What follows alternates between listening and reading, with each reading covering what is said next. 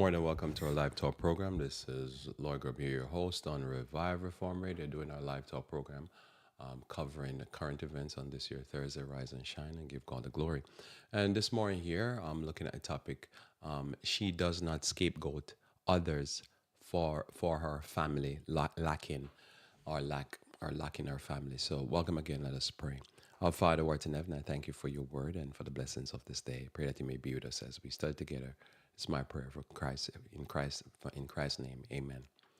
So she does not scapegoat others for her family lack or the lack in her family.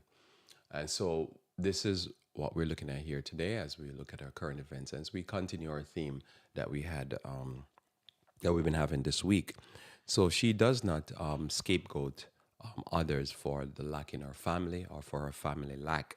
So if you lack something, one has to ask yourself the question: is that reasonably your responsibility, or is it someone else's responsibility? And so that's what I wanted to talk to you about: taking personal responsibility, and how this comes in to do with current events and what's going on in the world, in our communities, and in the global market. And so, if we do not understand this or get this, then truly we are in trouble, because there are lacks that are going on that can't be blamed on others. But somehow, this is what happened. This is how political leaders do it to basically build up their following. So our theme has been how to progress, succeed, and prosper without having a scarcity mindset towards others. And this is especially true when we're dealing with some of the current events that we're dealing with, where some of it is just simply a scarcity mindset, people finding to blame others for their lacking. And and a scarcity mindset can affect anyone, but it's especially terrible when it's happening with somebody that has means. So the word that I'm gonna look at here is the word scapegoat, and we want to use it in a general way that is used in a society, which is a scapegoat is a person who is blamed for wrongdoings, mistakes, or faults of others, especially for reason of expediency. So expediency is this idea that you're doing something that is convenient but is immoral. So expediency is normally something that is convenient. You conveniently do something or say something because it excuses you. So it's always important that when we talk about scapegoat, we talk about this word expediency, where people, as I say, it's so convenient of them, they come up with this excuse. So when we look at the virtuous woman, we can see this playing out in our society in a big way, playing out amongst people. And you can see what some of the current events going on. Like right now, there's some people that the average age of them is 60. So these would be probably, most of them would be baby boomers. That's the generation. And they're heading down to the border because they're going to protest the illegal crossing of immigrants, but also they're going to be showing support for Governor Abbott. So if you look at that, you could say, well, they're going to protest the migrants, but they have not considered some of the things I'm going to talk about today with you, which is why there's so much immigrants coming over, why they're coming for, and what is happening when it comes on to like free trade and this global workforce that we have.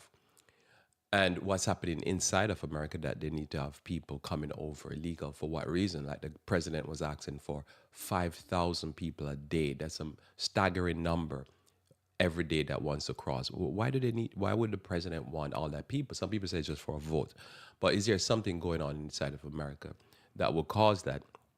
And who is being a scapegoat is who is the victim? Because they say you can't blame the victim, so we say okay, we can't blame the victim. So who is the victim in this situation? Because there's different players. So all of that is going on. Throw a few things on the board here. These are our current events. So this is what's going on in the news today, tomorrow, the next day, and the following day. So again, our theme is how to progress and succeed and prosper. How to progress, succeed, prosper, without having a scarcity mindset towards others. And then now I would say how to progress, succeed, and prosper without scapegoating others for your failings and for what's going on with you personally and your community. In Proverbs chapter 31 will be our main text again. Now I'm going to go back to it and I'm going to deal with it in this context. So Proverbs 31 says in verse 10 onwards, we're going to go, but we start at 10. Who can find a virtuous woman? Her price is far above rubies. Now, why is this woman priced so far above rubies? Because that word there, as I covered from Monday, is virtuous, meaning capable, diligent, resourceful, and obviously virtuous. These are the various words I can use. So it's asking a question here: who can find a virtuous woman, a capable woman, a diligent woman, a resourceful woman? And this can go with a man also. Who can find a capable man, a diligent man, a resourceful man, a virtuous woman, a virtuous man? Why? The heart of her husband doth safely trust her, so that he will have no need of spoil. So, spoil is when you go and do illegal things, including wars for material possession, for resources. So, they call resource wars. So, you could say he shall have no need of spoil, or he has no need of resources, stealing resources that are stolen. So this takes us to this idea here. So if a person is virtuous and you have people who are virtuous or resourceful, diligent, capable, they have no needs for spoil. And I love what we're looking at in the global economy. Politicians, especially, and I would say a lot of the time, church leaders are not being honest with their people and explain to their people really what's happening, that there's a cause and effect. And that there's a cause and effect, and a lot of what we're seeing is cause and effect. And what they're doing is scapegoating people for effect. So there's an effect. So what's happening on the border is an effect, but nobody's talking about what's the effect, what is causing that effect, or what's the cause of the effect. If you don't discuss what the cause, you will never be able to fix the problem because you're not talking about the cause. You're just talking about the effect, and you're against the effect. And rightly so, so to speak, if you're ignorant of the cause. So if you do not consider what's happening inside of America, and you do not consider the policies that brought about these things that many people were trumpeting years ago, and they've been quiet recently, I noticed, or some of them have been dead. Time has passed. I remember people having this discussion when I was younger, that when you have certain agreements signed and you basically enrich masses of small amount of people and impoverish masses of people, you will have a shift in people. You will have movement of people. But this is never told. This is just why they coming here. Well, what they coming here for? Because there's people, and they've been affected by a global system, and there's shortages somewhere else that's happening by other things. And then these people are being scapegoated by people who probably are being nefarious, or they're just ignorant. So here, when we talk about the Proverbs lady being described, her family have no need of spoil, her husband have no need of spoil. And a lot of things is spoiling. They're spoiling others for their own best interest. And this is how we're looking at it. So one of the first thing I'll say here is, if this is that when certain agreements were formed, like NAFTA, NAFTA was one of the big ones, and these, not these free trade agreements between, say, the Caribbean, South America, America, Europe, all of that. I remember when I was younger, from I've been in my teens, I remember people talking about these agreements and how they're going to affect people. And now I've lived to become old, I would say older, and I'm seeing the results of it. But now the politicians are not going backwards and say to the people, say, we did these things, and they're coming back to haunt us. This is not being discussed. And because they're not being discussed, it is disingenuous for the leaders of the country, the preachers, and the politicians, to not have these discussions and level with the people and say, we made these decisions, and now these decisions are coming back to haunt us.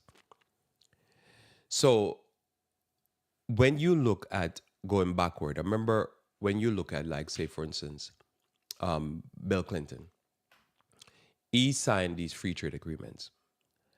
And immediately when he signed these free trade agreements, the free trade agreements built in them that there were people that's going to lose their job because contracts were going to be nullified and new contracts were going to put in place. And the agreements did not just basically say we're making money. And they said we're going to create a surplus. But the surplus came at a cost. And those surplus, yeah, they came. And people said the government, when Bill Clinton left office, he left office with a surplus. Money was flowing. But how did that surplus look on the ground? Let's talk about it from America point of view. So when you come on the ground inside of America, when that surplus was created, and you go to certain places inside of America, you start seeing the results of that surplus. The countries are awash with money, but you go to Bethlehem, Pennsylvania, which was on the downward spiral way before this, but it was already gone. I'm not talking about what I saw. Since I had traversed 3 countries that were primarily affected, the way I'm going to tell you the story. And you tell me what you see, what you saw. So Scranton and Bethlehem, Pennsylvania, I mentioned those because Scranton would be President Biden's this district. And then where I think that's where born or came from. And then now, when you talk about where Biden currently resides, Delaware, he's a senator from Delaware. That Delaware I'm very familiar with because when I was doing mortgages, I worked most of the time out of Delaware, so to speak. I didn't live there. I work out of there physically, but I work kind of out of there. My partner was from Delaware. So I'm very familiar with that area. Never develop it. It's just the corporate capital of America, where all the big banks and stuff have their corporation taken out for whatever reason, whatever tax breaks. Okay, so so these players are gonna come up and then gonna rise to prominence. But so Clinton, so what happened under Clinton? That was my first president. Under Clinton, what I saw a country that has a surplus, money flowing, people rich, but you go into these areas in Pennsylvania. I saw most of those areas, some of those areas in that time period, in disrepair. Multiple places, Scranton and probably Bethlehem, Pennsylvania would be the bigger ones that I saw, but other smaller cities that I can't remember now. Then you have North Philly. North Philly I saw for myself in the 90s. And at this point here, we're in a surplus environment. Then I saw areas in New Jersey, like Camden, Newark, just like a wasteland, so to speak, in certain areas. Now, at this time here, that there's a surplus. So you can't say, well, there's no money. There's money. And at that point when I saw that, and I'm start hearing about like St. Louis, Detroit, southern part of Chicago, I'm like, okay. And then we're at the back end now of the AIDS epidemic, crack epidemic. And you're seeing it. I'm seeing it in certain black areas. And I'm seeing it in certain white areas in Pennsylvania. And then there's some spots in New York, Bronx, that I'm seeing those areas. And I'm saying, okay.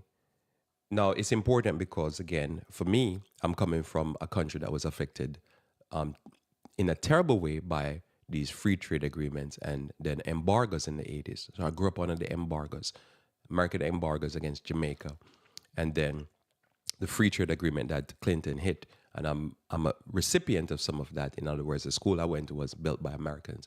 One of my teachers was American, American female, white American female. So this is something I think I have enough knowledge to talk about because I see it for myself. And then later on, I went to England and then came here. So I'm here and I'm seeing a surplus. Money is flowing, but we have all of this. Now, at that time, I didn't know I saw trailer parks, say in New Jersey, Pennsylvania, but I didn't know about what was going on in Kentucky, Mississippi, Alabama, Missouri, so forth. St. Louis, that area. In white communities, I didn't know that they were suffering also. what I heard about that, the free trade agreements and stuff, and from the 70s, 80s, they were pulling jobs out of America after Civil War, the civil rights movement, and they were sending it to the Caribbean. To they started sending a little bit of thing to Asia and stuff like that. So you see that and you say, okay, this is kind of confusing because the countries are washed with money, but there's dead zones I saw in both white and black communities. But again, at that point, I didn't understand what was going on in West Virginia, Tennessee, those areas. I just understand the Northeast and some of the spots that I went and travel and see. So it was kind of weird to see. But at that point, the concept of finance and all that was not as great in my mind as I can. But I saw the crack, how they call them, the crack holes and the pimps, and I saw all of that close and personal. Close, being in the area, literally in some of these areas, like walk the streets in some of those areas. And then later on, I did some call portering work with doing witnessing some of those areas, some of those rough areas, but only in daytime, no nighttime witnessing. So seeing them up close and personal, I was going to say up close and personal, I mean for real, up close and personal. And then some of the people I work with, they lived in that area. One of the guys I work with, they lived in one of the roughest areas in, what a place called, in Pennsylvania, in Philadelphia, North Philly. So being in some of these areas personal. So anything I'm saying here is real experiences. So you see there, free trade agreement. So after drug epidemic, crack epidemic, all of that, you got these free trade agreements. And there's people who are literally suffering, but I don't think they themselves don't understand what's going on.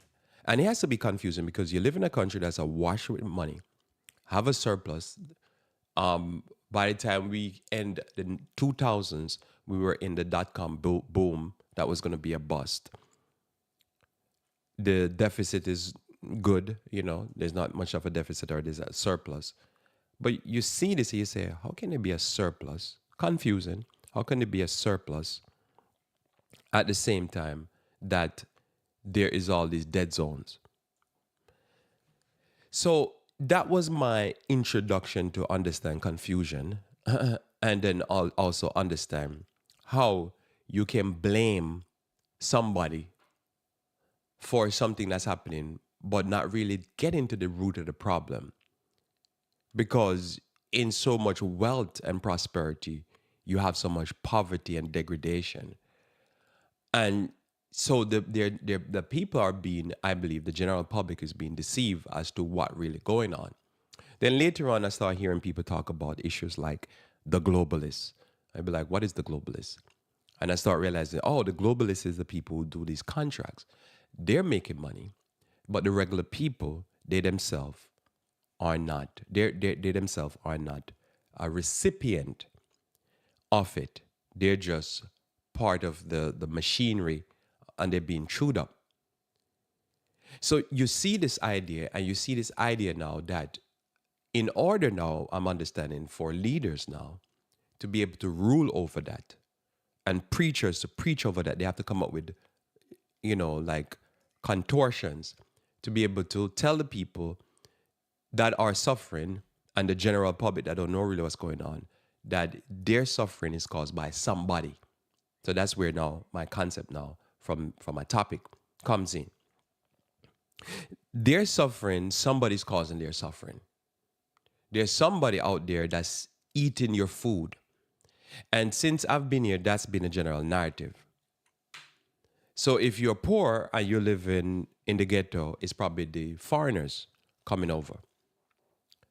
If you're poor and you're probably living in the trailer park, it's the black people, probably in Camden, Philly, whatever, that's eating your lunch. They're the one that causing your poverty. But you don't understand what is this thing called NAFTA, North American, I think, free trade agreement. You don't really get that. What you get is that there's somebody eating your lunch. It's definitely not the politicians. It's definitely not the globalists. As though my famous friend, not a friend, but my famous man always says, they're not the one causing you trouble. They're not the one that basically, when there's a war, the government is fighting a war for the corporate elites, but your kids are going to get sent to die and your tax dollars are going to get used because they don't want to pay no tax. And this is not being told. So the people themselves is on a deception as who really is causing this thing. because there's somebody getting a spoil. So I'll take the story a little bit further. So, young in the 80s, there was this thing going on where Jamaica was accused that they were working with the communists and with Cuba, and so they were embargoed. So there was scarcity. People were fleeing the country. So America pushed Jamaica on this, put Jamaica on a what do you call it? No, what do you call it? This. I just said it, but they put Jamaica under that vice grip, and they can't buy or sell. And so because they accuse them of working with the Cubans and working with the communists, so the people now who have some means, not the poor people, because poor people can't leave country, but the rich people in the country fled the country. Where did they flee to? They flee to America. So that's when I start getting this idea of cause and effect, because you put a embargo. That's what it is. You put an embargo on a country. The people are poor, really have not much of an option, so they have to sit and live under that embargo. The rich people have option because embargoes only affect poor people. The rich people fled to America. So you can see now the poor Americans who see these people coming say they don't think about the embargo is what's causing the problem. They see it as these people are fleeing to come to America to take what they don't have because they don't have it. They don't have nothing. They're living in Camden, St. Louis, Missouri, Alabama, Mississippi, North Carolina, South Carolina. And I've, over the years I've been in America, I've heard a lot of Black Americans speak very negatively against immigrants because they see the immigrant as taking the little crumbs that they're getting off the table, off Uncle Sam's table, and they see them coming to take. So normally the narrative in America is Black Americans are sometimes very negative because they don't see the problem with the elite and stuff like that. They see the problem with the immigrants, and they don't really understand why they're fleeing. Then later on, now living in Jamaica, then they had after I guess they had a new prime minister, and he decided to play ball. As some people would say that they need to play ball. So he decided he'll be the guy for America, and he'd play ball. America lift the embargo and then flood the country with some goodies. So where I grew up and where I went to school, my school was in a zone called the free zone, right on the edge of this free zone. And my school was built by America. This was one of the payback. America said, I think that payback even happened in the 80s, coming into the 90s. In the 80s, right, coming into the 90s when they were fighting because it was a fight between Cuba built a certain school. I have a friend that his school was built by Cuba. My school was built by America. So every morning I passed an American flag coming to my school. So this was going on from the 80s into the 90s. So by the time I'm going to school into the 90s now, that area now was a free zone. What's a free zone? Basically, it's one of these agreements, right? You have a zone and American companies can come do business, but they don't pay taxes. And I grew up finding out that says what this process was that the rich in America would be able to never invest in the country, make money, but not pay taxes, just pay labor. And then when I came to America, I hear this philosophy that America we give tax breaks and we bail out people who are the job makers. That's what they would say. But what was that meant? It meant that while I was in the country, there was no investment in infrastructure and anything to build the country up. It was just investment into anything that would pillage the country, take money out. And that's what it is. So you could have come there, do a hotel, and the hotel basically only pay the workers, pay minimum taxes, and then all the taxes go back, all the money, profit go back to America. So the people are suffering, but again, who's causing them to suffer? And when the suffering get too great, they say, listen, I can't make it here. I can't survive in Jamaica. I need to go to America or Europe. The Americans now, who especially are broke, they're seeing these people coming in, and they be like, no, you're coming to take my lunch. You're part of the problem. They don't understand nothing about these free trade agreements. All they know is that they see immigrants come in, eating their lunch, but they don't know how these immigrants were created because there's no infrastructure. And somebody said, but you just said American build a school. Remember, it's a tick for tat. The school is only built to basically try to sway the government and the masses to do the deal. And when they finally did the deal was a bad deal. The deal was a deal, and everything, every money that was given by IMF, World Bank, you look it up, you see this. This is they've done documentaries on this. By Americans have done documentaries on this. You see that every deal that IMF, World Bank did was a pillaging deal. They didn't do deals to build up the country. They weren't partners. It was just something to pillage and rob people. It was spoils. So that's the whole history of the World Bank and IMF and all these people. Just horrible human beings. So this is what they did, right? So they create an environment of vice grip on the country. And anything happens, people decide, say, they start like going in boats. And that's just what happened in Haiti.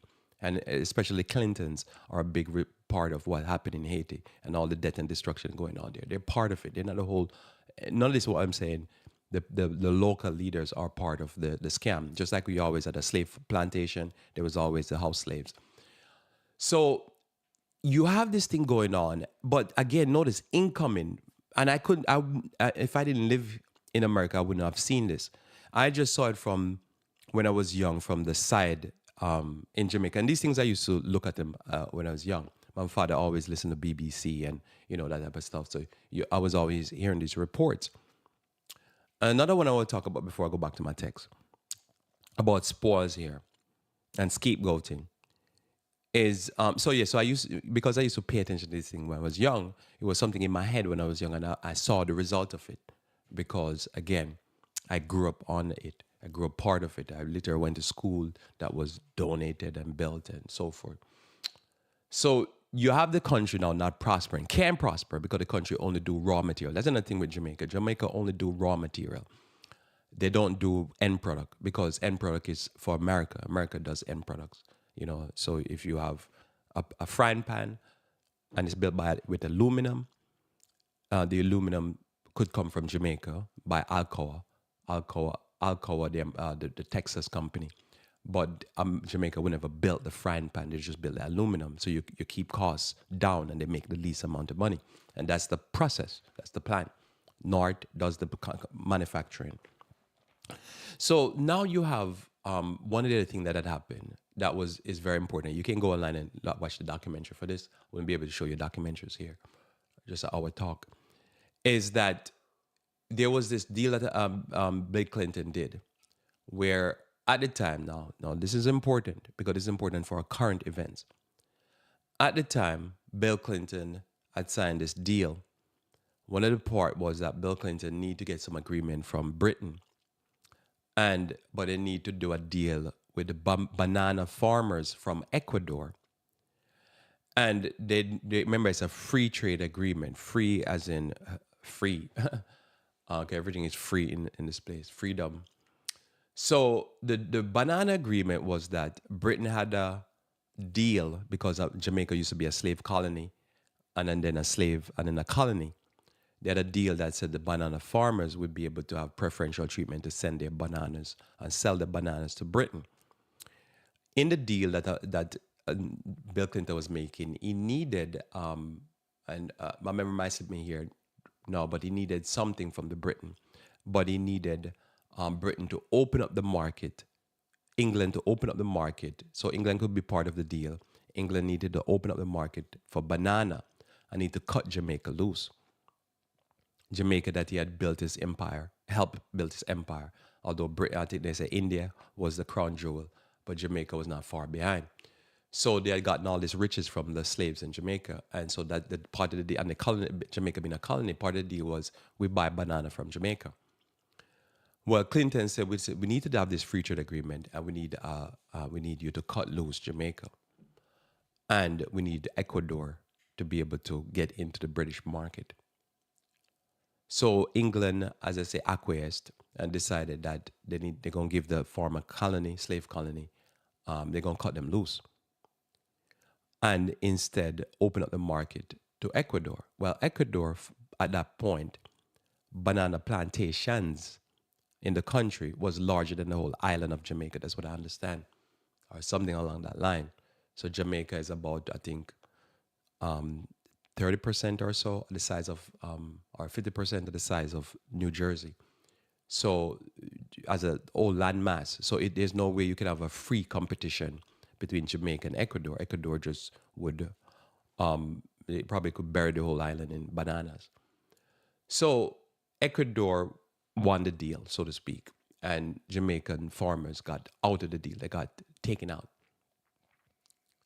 So what happened to the Jamaican farmers? As an example, the Jamaican farmers had to leave because they couldn't exist anymore or subsist or make money anymore. They got cut deal. So they fled, and not fled, but they left and went to America. So you can imagine now all the Americans seeing these farmers coming in. They don't really understand. All they understand, especially the poor ones, poor white, poor blacks, they understand is that we're being flooded by these guys coming to America to take what we have. They don't understand NAFTA. They don't understand what just went down. They don't understand the destruction of livelihood that happened. But most naturally, the Ecuadorian would want. So this is how the process goes. You just can shift around labor, and you can kill deals with somebody that basically you should be faithful to. You know, you did all of this to them. You just profit from them, and they're working. They weren't getting free labor, and they're doing labor. But you say, well, we need a sweet deal, so let's kill them. You take them out, and now Ecuador win in that situation because it's the survival of the fittest. Well, when you look at it now, you say, well, who is fleeing to America? The same game that get played again. Who is fleeing to America? The number two group of people fleeing to America is Ecuadorians. They're not fleeing because they're in a bad situation. There's instability, there's lack of money, because that's what free trade does. These free trade, they can just basically unemployed thousands of people, hundreds of thousands of people at one clip. And then what do people do? The people like, well, we need to go where there's work. So people just go where they work. It's not they're thinking we're going to take somebody, because how is a foreigner going to come to America and take something from a neighbor? They could take their job, but take something from them. Like, what are they going to go in their house and steal from them? And if you're in a foreign country, you hear there's shortages of labor inside of one country. Then you say, I'm going to go to where there's work. That's what people do. People just go to where there's work. That's why people came to America, because they came for an opportunity. So Americans especially should understand that. By the time we came to the end of the Dark Ages, Europe was destroyed. And so people fled and come to where they could find work and start a new life. This is the immigrant experience. But you'll have people who are white and black in America, they will say people are coming to take something. But you see people, they're going to take Social Security, Medicare. They're taking something. So somebody said, okay, Lord, but they're going to take our jobs. What jobs? There's shortages of jobs. And that's where the American government have not been leveling with the people. Last year, there were probably 6.6 million Americans that were not employed. They were not in the labor force, and they were primarily young men. And what were they doing? Home playing video games. Now, their parents who are 60, 65, 55 sees this, and they say somebody's coming to take their jobs. Whose jobs? Those young men that are playing video games? You see, this is scapegoating. They're not understanding and looking at the situation. You have a drug epidemic going on. As they reported, I think 2 days ago, that syphilis is the highest in America since 1950s. There's stuff going on, and people are not talking about it. There's a massive fentanyl opioid epidemic going on.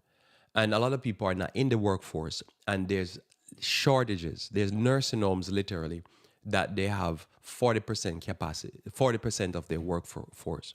And they have to be figuring out a way to send their nursing home patients. And there's people looking for a job.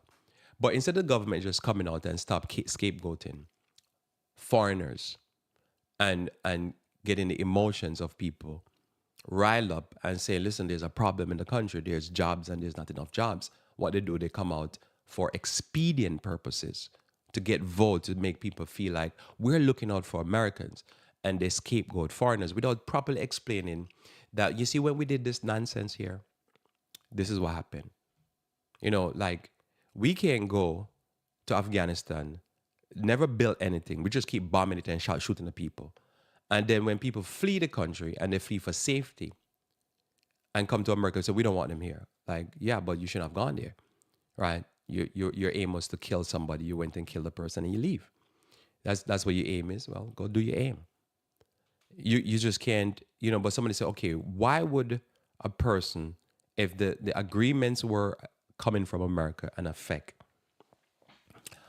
say, Jamaica, why would Jamaica come to the people or the place where they were affected.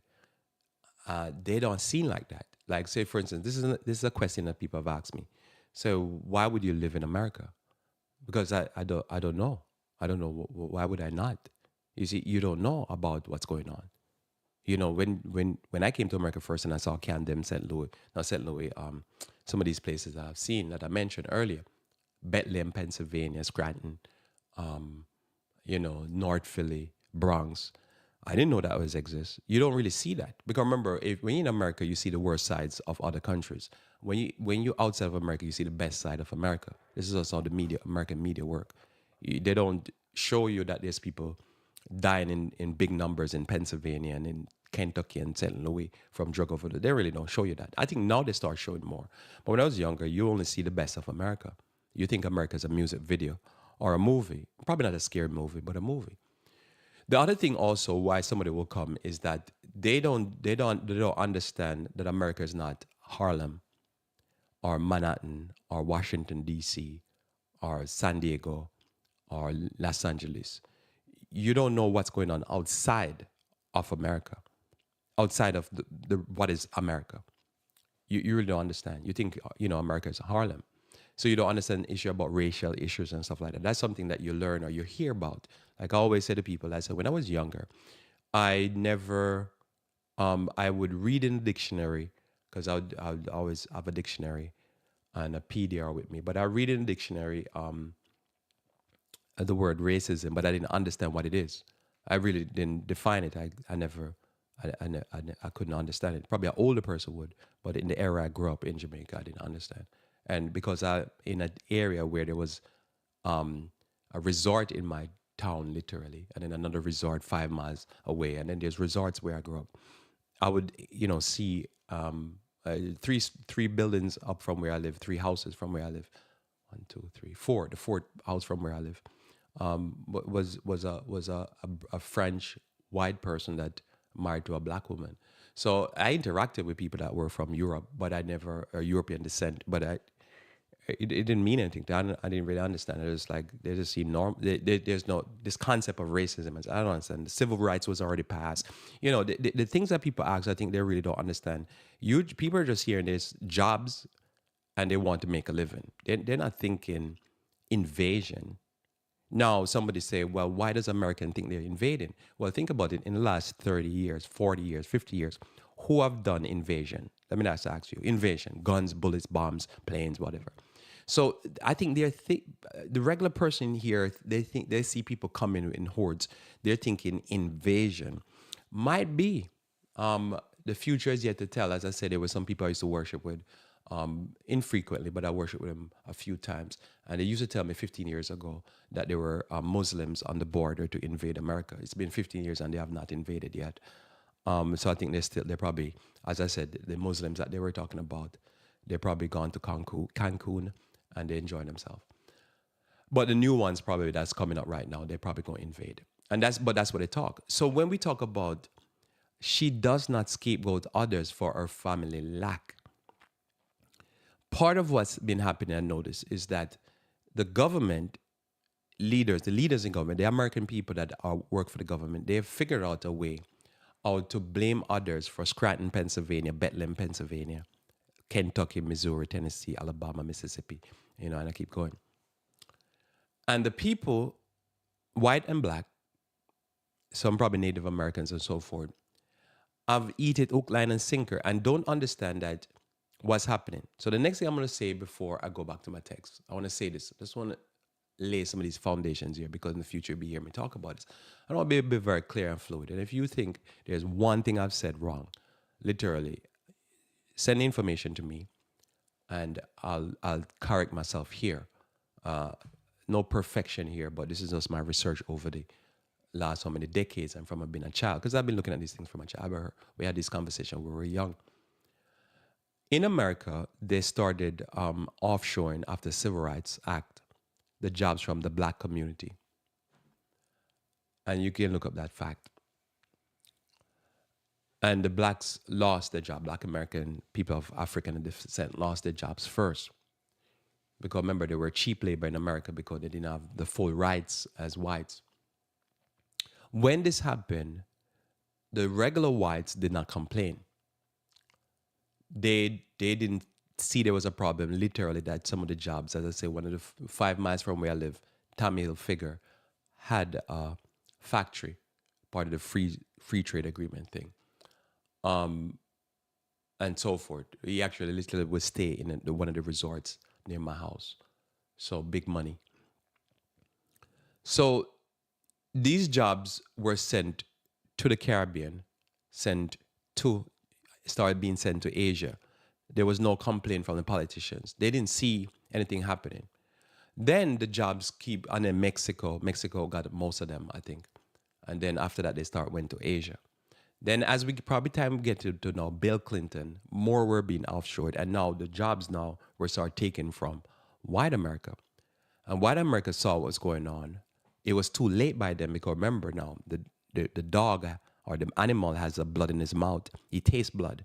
And he said, man, this is cheap labor. Because remember, the whole existence from day one, a big part, big part of the American existence is cheap labor. Free labor, then we went to cheap labor under Jim Crow. And then we decided that civil rights, so we're going to have to offshore those cheap labor to Asia, to the Caribbean, and to Mexico. Because we need spoil. The aim of all of this is spoil. But we need now, as a leader of the country, American leaders, American preachers, need to be able to explain to the people that their suffering first is because of Black America. Then when that don't work enough, they said because of these foreigners, they're taking from you. And then now the new scapegoat is China. As our President Trump would say, China, right? Or China, something like that. He seemed to see a G somewhere in there. And he enunciated that way. And China is taking the job. So now we have another problem now. We have another scapegoat. Is China. And I see this and I say, wait a minute, aren't the people seeing something going on? It's always somebody else. It's the Black people. At one point, I remember it was the Italians. The Italians were mafias and they're terrible people. They're rapists, they're this, they're that. They're gangbangers. And then after a while, they'll be like, okay, that's not working because now we have people that are in major, they're esquires and stuff like that. And they're Italians. So you start seeing, I said, not all Italians are gangbangers. So then, mafiosos. So now we have to scapegoat the Blacks. And then the Black, that's not working. So we start scapegoating China. And China now is the main thing because China is taking our jobs. Well, wait a minute. And then last year, if you look at the numbers, the amount of businesses in America went to China increased. And more jobs are being produced in China. More products are being produced in China. Walmart has built a large empire from China. But if you go to the average Black or white American, you say to them, China, they'll say, yes, they're taking our jobs. Who taking your jobs? Did China went and lift up a factory from America and drop it in them country? The issue is about spoil. The issue was always about spoil and will always be about spoil. The issue was always about you came and you say, well, let's do slavery. All right, they banned slavery. They said, let's do Jim Crow. They banned Jim Crow. They said, let's do free trade acts. The free trade act is just one other machination or invention to be able to get cheap labor and cheap products. But you're going to have to tell the people, the American people, that it is China or the Black people or whoever, the lazy Black people. That's what they said. Black people are lazy. I'm thinking they pick their own cotton. They pick your cotton. How can they be lazy? You mean how so? And then, do you want to pick cotton? I don't want to do it. I don't know why I don't want to do it. I never did it. Probably I should need to do it to find out if it's hard work. And I need to do it in Alabama in the middle of summer and see how hard that is. So you have this thing going on. And so you need spoil. And you need, in order for you to have some morality or dignity, you need to be able to create a boogeyman. And the boogeyman is always the Muslims. It's the Muslims that are coming in. It's what if's coming. And you can hear people say this. Some of the best and the brightest say these things. And it sounds very good in politics because you don't explain. So why the Jamaicans came? Like somebody say, why you came here? And I've been asked that question. Sometimes I want to laugh because I don't know where to start. Like, you look at me. Why I came here? I'm in the West. I'm westernized. What do I mean? I don't speak with a clicking language. Like where I came on a boat. What do you mean? It was a banana boat, then it was a pirate boat or whatever boat came here. What do you mean where I came here? You know what's going on? See, most people don't know what's going on. They seem to be ignorant. As some people say, their history started the day they were born, and they don't know what happened before. So when you talk about these free trade agreements, you talk about this something. It's somebody looking for spoils, but somebody not gonna have to blame the people that are being affected, and they have to blame the victim. So what I've noticed, as I say, it doesn't matter when I'm dealing with, it doesn't matter across the board, Black American, Hispanic American. I've dealt with Puerto Ricans that they would see me as the enemy because I came to take something from them. I'm thinking, what did I take from you? And then I started realize, oh, I'm taking from them their crumbs off their table that masters throwing to them. And they don't understand that I'm being affected. As somebody says, that everybody in the world, the whole world should vote in the American election because America is affecting everybody. Because there's this rabid thing about spoils. Because notice even somebody say, how far does this go? Look what happened in Palestine and Israel. Israel had about 20,000 people coming in, had work permit to work. So they were throwing them crumbs. And they're thinking, if you could just throw them crumbs, they won't fight. And if you could shoot their kids, if they throw stones at you, we can tamp them down. We can handle this. And then the war start going bad. Because what happened, before you were shooting kids that were throwing stones, now you're having people with RPG and bombs. It's difficult to fight. So when you have a scarcity mindset, you're thinking somebody's coming to take something from you. But if you don't have a scarcity mindset, you don't see like this. You see life differently. You start to understand the broader implication when you hear about free trade agreement. Most people don't understand what that means. As I guarantee, if you go today and ask anybody that is just a regular person, common person, about how does free trade agreement affect what's going on the border, and they won't know. They don't know. Okay, ask anybody, why would the president want 5,000 workers? And ask them, what does that has to do with inflation? Why does he want 5,000 people coming through the border every day? And what does that have to do with inflation? Most people can't answer that. They don't understand. And the government is not telling them. They know, but they're not telling. Republicans and Democrats, it's the two sides of the same coin, will not tell the American people, why do we need more people to come in? And why is it that the price of stuff is going up? And what has to do with labor shortages? Most people don't know. What the government will tell them is that because if they have to tell the people, they would have to start adjusting their policies. They would have to start leveling with the people. Most people don't understand, how does the concept of $30-something trillion worth of debt has to do with these wars, these foreign policies we have, and has to do with these labor shortages. 100,000 people plus die of just opiate alone in America. But the American government will not tell the people, when those 100,000 people die, how do you fill up their place? How much more are hooked on drugs? Because they say, I think in Tennessee, for every one person die of an opioid, there's 286 people hooked on it per person. It's a massive amount of people taking just that drugs. And they say fentanyl is going to make opiate look like it's a joke. But they don't tell you all these people on drugs, who works? Who is doing the work? No, we're not going to have that discussion. Because if we have that discussion, we're going to have to come to some painful realization that the people coming in are needed.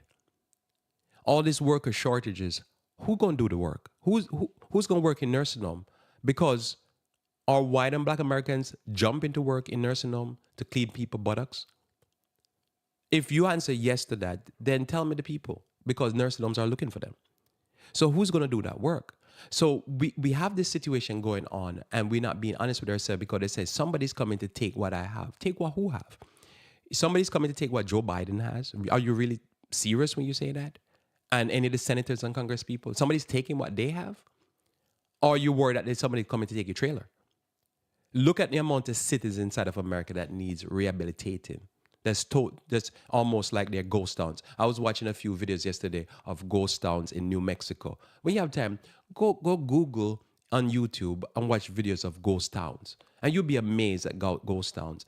And yet, there's places like Scranton, Bethlehem. I think Bethlehem is coming back. They're trying to figure out a way to pull it back. Scranton and stuff. Joe Biden town, he can't pull it back. But how you gonna pull it back? Because there's a devastation that happened with AIDS, crack and stuff like that. So I'm gonna go to some of these texts. Why the woman won't worry about nobody taking? Ain't nobody coming over body can take per se what I have. How they gonna take it? I'm not on drugs. So how they gonna take it? You're willing to work, how somebody gonna take what you have? If you understand, you can't just go to a country and start bombing it, start hitting it with embargoes. I don't expect the poor people to flee. Look what happened when Haitians have to constantly be running out of their town. But the Clintons hold that thing down. So how they're gonna prosper? They need to leave. And as I say, Pennsylvania needs them. And I've been saying for years that every 14 million of people from Haiti should get up and go to Pennsylvania. Scranton need them. Joe Biden need them over there. Because if you can prosper in your own country because of the policy of looking for spoils and want to keep people poor, then the people need to leave. But the people are not being honest with, and the people themselves are not being honest and saying, you cannot use IMF and World Bank and the American foreign policy and hold people hostage and then don't think that the people are going to say, listen, I hear there's job somewhere, I'm going. And if I have to walk past on the Bering Strait, in desert, go past razor wire, this is an adventure. I'm going to go because I hear this job and I can't eat in my country. And you're going to blame somebody to do that. Would you sit and suffer? Oh, there's people sitting and suffer here. But there's other people that say, I'm not going to do it. I'm going to leave. And that to me is the point. So she does not scapegoat others for her family lack. We have to ask ourselves the question, why are so much lack? Why is so much death and destruction and devastation? Where did the job goes?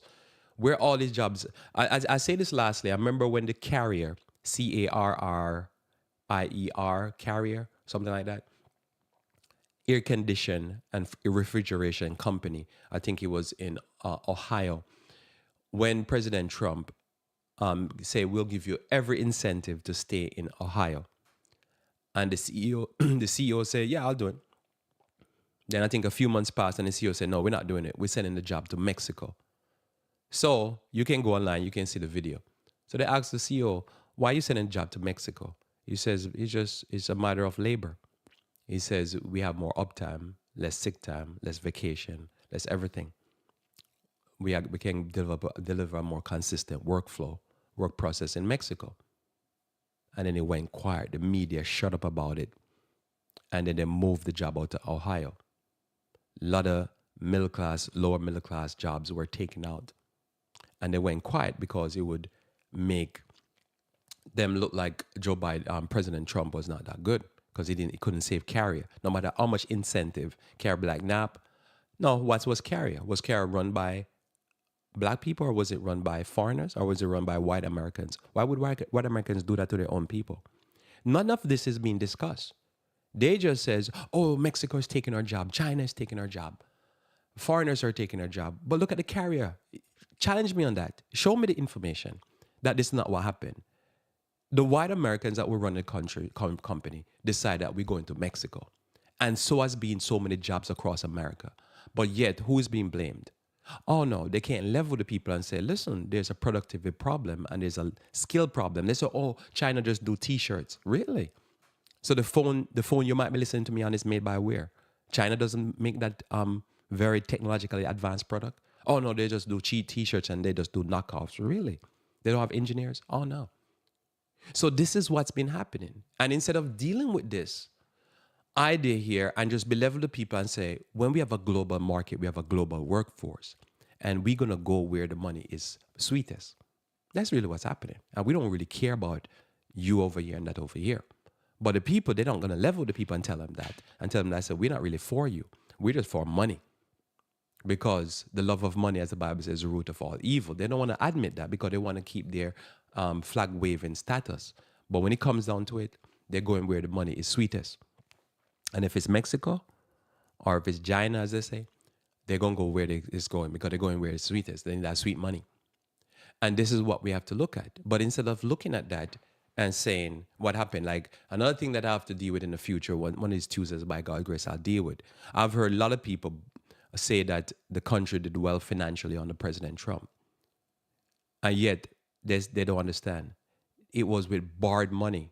The debt skyrocketed under Bush. Debt skyrocketed under Obama because Obama came in when there was a financial crash. And the debt skyrocketed under Trump because Trump put the rates at zero, create a lot of borrowing, increase the personal debt, increase the financial, increase the corporate debt, increase the national debt. So people say, well, the country did well. How can the country do well when there's a borrowing? When there's all this stimulus and stuff like that, bailing out rich people, tax break for the rich. But who got the tax break? The rich people, but they say the country did well. Well, let me ask you again. We're back to square one again. Scranton, Bethlehem, St. Louis, Camden, Detroit, Chicago, all these places, did they do well? All these ghost towns around the United States, all these the impoverished people in Kentucky, Missouri, Mississippi, Alabama, Tennessee, South Carolina, North Carolina, and so forth and so on. You can keep going. All these states never increased. They're still in a perpetual recession. Never came out of recession, but money is flowing again. So we're back to Clinton again, full circle. But people don't. It doesn't matter. Somebody say, "Well, Lord, you put in the Democrats." It doesn't matter. Put in the Republicans. It doesn't matter. It's the same policy. The same policy is looking for spoil, and people in the country are hurt, and they don't care. All they're looking for, we're making money. You have a surplus, and yet there's poverty everywhere. You show me where there's some of the reality out there. I'll preach it here.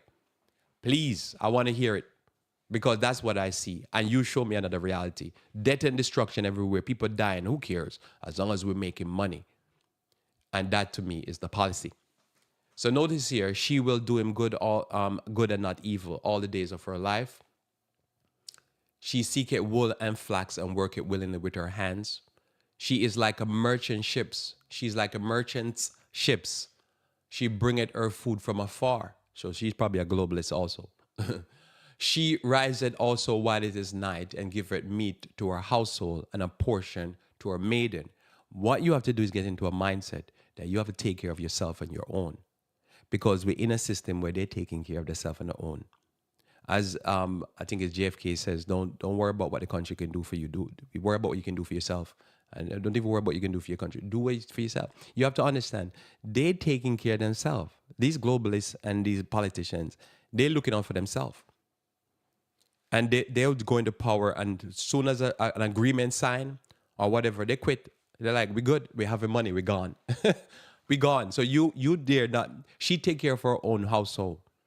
She consider it a field, and she bite it. With the fruits of her hands, she planted a vineyard.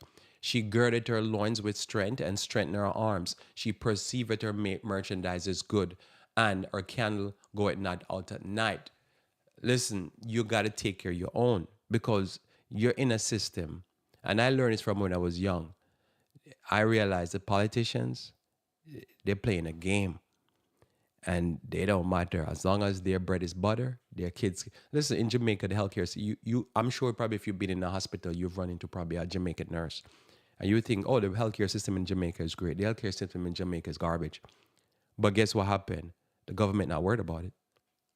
Because as long as they're taken care of. Everybody's looking out for themselves.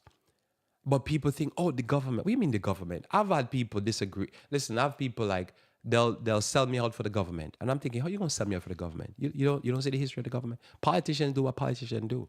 It's a bunch of talk. They're not looking out for you. And somebody looking out for you, you think what I say here, I just looked out for you. Who looking out for you? Who looking out for your best interest? But somebody be like, oh, the government. Yeah, the government looking out for you. You mean, and they're about to send your children to go die in another war? For who? For Chevron? For Shell? For Exxon? And I'm talking to you here, you'll be like, oh, no, I disagree with you because the government is looking out for me. Really? Who is the government? They make the government seem like it's an entity outside of human beings, corrupt human beings that love money. So as I say here, this lady here work willingly with her own hand. She take care of her own family.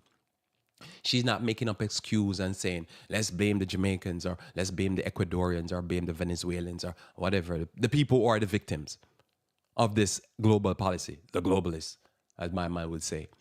All right? She not doing that. She be like, I understand the game they're playing, and I'm going to play the game. And if you don't understand the game, you play the game. And you understand you better take care of your own family because they're not taking care of you. I ain't taking care of me. And the pastors, they're a joke. They ain't taking care of nobody. They're looking out for their own self also. They're watching people die in their blood and they couldn't care less. They're just talking some grace-orientated message and, mark of the beast and stuff like that. And people are suffering. Let us pray.